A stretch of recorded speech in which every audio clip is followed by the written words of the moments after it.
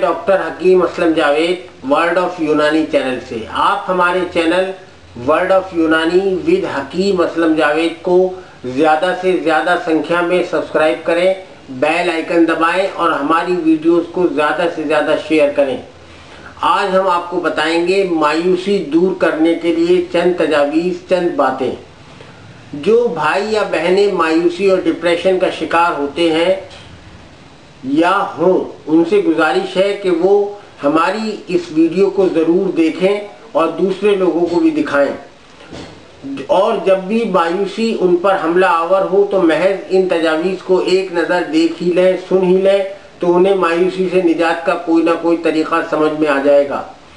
सबसे पहले ये तय कर लीजिए कि आप मायूसी और डिप्रेशन से हर कीमत पर निकलना चाहते हैं और इसके लिए हर कुर्बानी देने के लिए तैयार हैं। अपनी ख्वाहिशात का जायज़ा लीजिए और इनमें से जो भी गैर हकीकत पसंदाना ख्वाहिश हो इसे जहन से निकाल दीजिए। इसका ये तरीक़ा एक तरीक़ा है कि पुरसुकून होकर खुद को सजेशन दीजिए कि ये ख्वाहिश कितनी अहम खाना है। अपनी सोच में ऐसी ख्वाहिशात का खुद ही मजाक उड़ाइए। इस तरह हज़ारों ख्वाहिशें ऐसी कि हर एक ख्वाहिश पे दम निकले को गलत साबित कर दीजिए। अपनी ख्वाहिशात की शिद्दत को कंट्रोल कीजिए।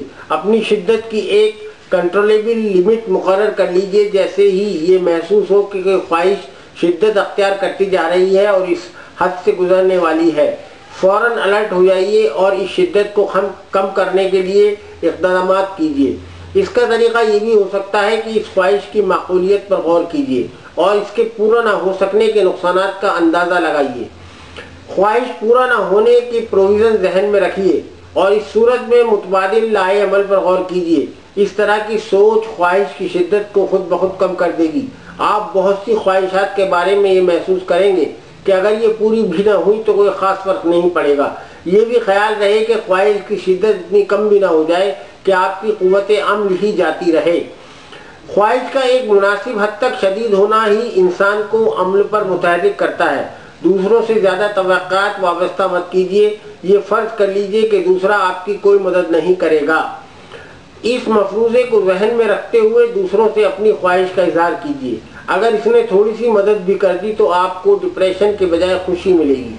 बड़ी बड़ी तवक्कात रखने से इंसान को सिवाय मायूसी के कुछ हासिल नहीं होता और दूसरे ने कुछ कुर्बानी देकर आपके लिए जो कुछ किया होता है वो भी ज़ाय हो जाता है।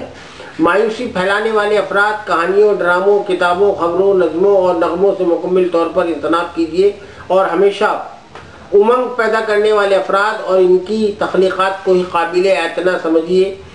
अगर आप मायूसी और डिप्रेशन के मरीज़ भी नहीं हैं तब भी ऐसी चीज़ों से बचिए। इस बात का भी ख्याल रखिए कि उमंग पैदा करने वाले अफराद और चीज़ों के ज़ेर असर कहीं किसी से बहुत ज़्यादा तवक्कात भी वाबस्ता न कर लें, वरना यही मायूसी बाद में ज़्यादा शिद्दत से हमला आवर होगी। गंदगी फैलाने वाली मक्खी हमेशा गंदी चीज़ों का इंतखाब करती है। इसकी तरह हमेशा दूसरों की खामियों और कमज़ोरियों पर नज़र न रखिए। इसके बरक्स शहद की मक्खी जो फूलों पर ही बैठती है की तरह दूसरों की खूबियों और अच्छाइयों को अपनी सोच में ज़्यादा जगह दीजिए। इन दूसरे लोगों में ख़ास तौर पर वो लोग होने चाहिए जो आपके ज़्यादा करीब हैं। अपनी ख्वाहिश और अमल में तज़ाद को दूर कीजिए। अपनी नाकामियों का इल्ज़ाम दूसरों पर रखने के बजाय अपनी कमज़ोरियों पर ज़्यादा सोचिए और इनको दूर करने की कोशिश कीजिए। हर मामले में दूसरों की साजिश तलाश करने से इज्तनाब कीजिए और बदगुमानी से बचिए। ये तर्ज फ़िक्र आप में जीने की उमंग और मुस्बत तर्ज फ़िक्र पैदा करेगा।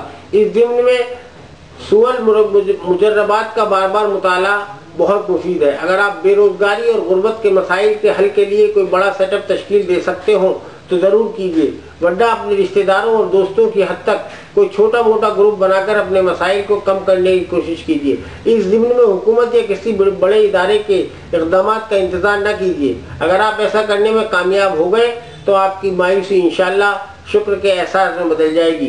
खुशी की छोटी छोटी बातों पर खुश होना सीखिए और बड़े से बड़े गम का सामना मर्दाना वार करने की आदत डालिए। अपने हल्के अहबाब में ज़्यादातर खुश मिजाज लोगों की सोहबत अख्तियार कीजिए और सड़ियल से लोगों से परहेज़ कीजिए। अगर कोई चीज़ आपको मुसलसल परेशान कर रही हो और इस मसले को हल करना आपके बस में ना हो तो इससे दूर होने की कोशिश कीजिए। मसलन अगर आपके दोस्त आपको परेशान कर रहे हो तो इनसे छुटकारा हासिल कीजिए। अगर आपकी जॉब आपके लिए मसाइल का सबब बनी हो तो दूसरी जॉब की तलाश जारी रखिए। और अगर आपके शहर में आपके लिए ज़मीन तंग हो गई है तो किसी दूसरे शहर का कस्द कीजिए, क्योंकि हिजरत में बेहतरी है। अगर आपको बहुत बड़ी मायूसी मुसीबत का सामना करना पड़े और आपके लिए इससे जिस्मानी फरार भी मुमकिन न हो, तो एक ख़ास हद तक ज़हनी फरार भी तकलीफ़ की शिद्दत को कम कर देता है। इसको इल्म नफ्सियात की इस्तिलाह में बेदार ख्वाबी, डे ड्रीमिंग कहा जाता है। इसमें इंसान ख्याली पुलाव पकाता है और ख़ुद को ख्याली ख्याल में अपनी मर्जी के माहौल में मौजूद पाता है, जहाँ वो अपनी हर ख्वाहिश की तकमील कर रहा होता है। जेल में बहुत से कैदी इस तरीके से अपनी आज़ादी की ख्वाहिश को पूरा करते हैं। माहिर नफ्सियात के मुताबिक हर शख्स किसी न किसी हद तक बेदार ख्वाबी करता है और इसके ज़रिए अपने मसाइल की शिद्दत कम करता है। मसलन मौजूदा दौर में हर लोग मुआशरे की खराबियों पर बहुत ज़्यादा जलते कुड़ते हैं।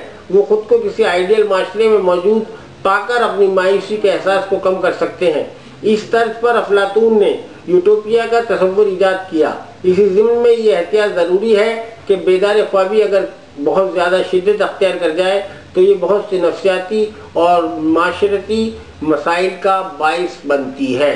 इसलिए डिप्रेशन का शिकार नहीं होना चाहिए। कभी भी हमेशा कोशिश जारी रखनी चाहिए और उम्मीद रहना चाहिए, क्योंकि उम्मीद जो है वो बहुत ज़रूरी चीज़ है और मायूसी जो है वो कुफ्र है।